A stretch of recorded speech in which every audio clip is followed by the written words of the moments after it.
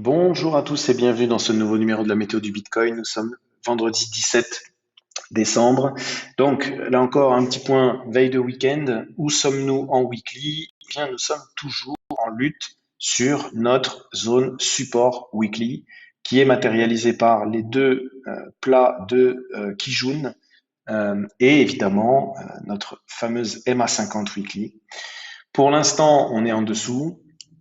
On va être assez prudent sur nos objectifs weekly et le premier des objectifs, c'est de clôturer au-dessus des 47 700, donc au-dessus de notre MA 50. On voit que la semaine dernière, notre MA 50 est le bas de notre zone, puisqu'on est venu exactement taper ce niveau la semaine dernière.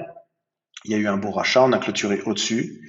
Bon, qu'est-ce qui va se passer cette semaine? On voit qu'on est venu chercher en dessous des liquidités de la semaine dernière et on est venu chercher notre point pivot weekly qui a bien réagi. Ça a été racheté et on voit que notre zone support tient pour le moment, malgré les assauts des bears.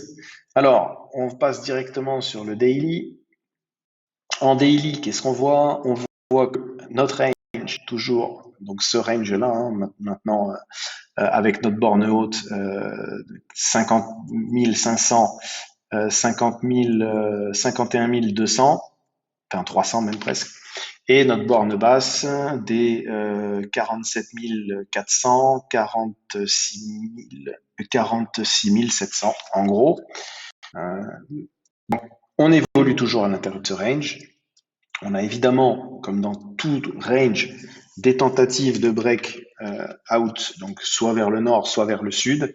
Celles vers le nord ont été avortées pour le moment. Celles vers le sud, c'est pour le moment la même chose aussi. Donc, on avait créé ici des stop loss lors de ce mouvement. On voit que la mèche d'aujourd'hui est venue juste en dessous, donc on a venu choper la liquidité de ce rachat. Donc c'est une bonne chose.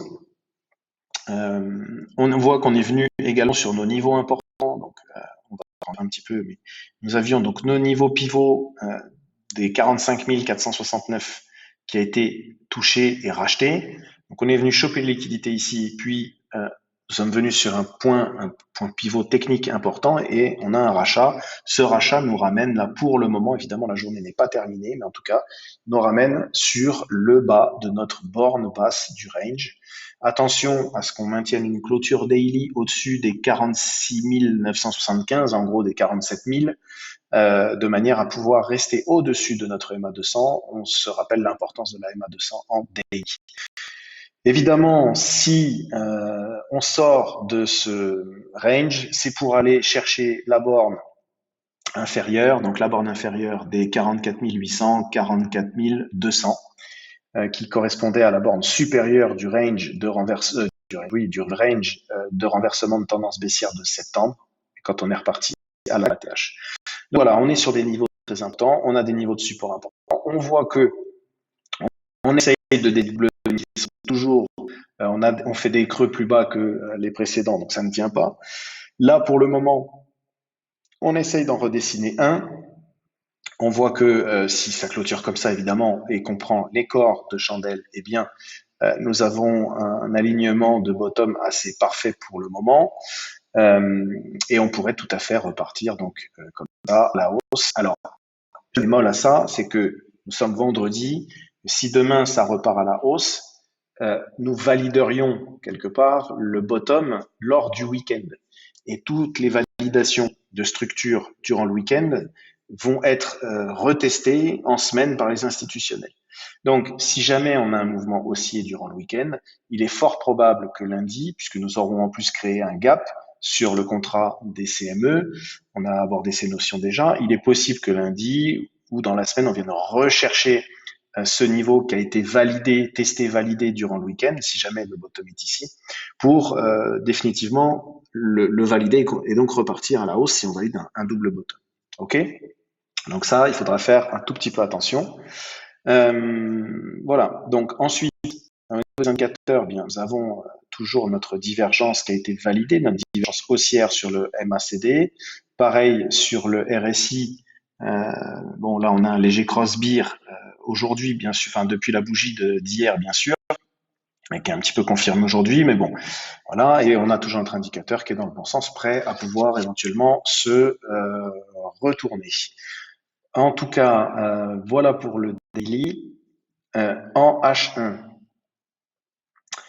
Donc en H1, alors c'est intéressant, donc on va aller voir les indicateurs après, mais en H1, nous avions déterminé une zone importante à reprendre. On va refaire ça ensemble rapidement. Hop. Donc notre zone, c'était notre point haut et notre point bas ici. Et on avait dessiné donc la zone située entre les 61,8 et les 78,6, ici. Donc le cours y est revenu. Je vous invite à regarder la vidéo d'hier. Le cours y est revenu et puis on a fait un faux breakout et hop, on est reparti à la baisse. Donc on n'a toujours pas repris cette zone. J'expliquais que pour moi, il fallait absolument s'installer au-dessus des 49 700 pour être entre guillemets tranquille avant de s'attaquer à la prochaine zone qui est celle-ci, qui est également une zone importante de retracement de tout le mouvement baissier. Voilà, mais ça n'a pas raté, hein, double top et bim, on est reparti à la baisse et on est reparti chercher plus bas que ce dernier creux. Donc on a enfoncé ce creux et on voit qu'on a également enfoncé les liquidités sous ce dernier creux. Alors attention, il y en a encore en dessous, hein. Mais en tout cas, j'ai venu chasser le top de cette dernière mèche avant de repartir à la hausse. On voit qu'on ne s'est pas arrêté nulle part non plus, on s'est arrêté en haut de notre borne, enfin du niveau haut de la borne basse du range, donc au 47 400. Et là, on va certainement réévoluer à l'intérieur pour peut-être une réintégration pendant le week-end ou alors enfoncer le clou et aller chercher plus bas. Voilà. Donc maintenant, on va renoter. Alors cette zone, pour l'instant, elle n'existe plus. On va noter une nouvelle zone déjà de ce mouvement.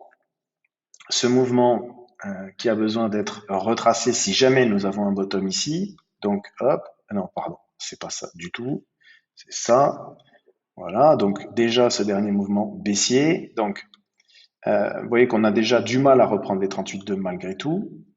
On va se mettre comme ça, et puis ensuite, on tracera un autre fil. Hop.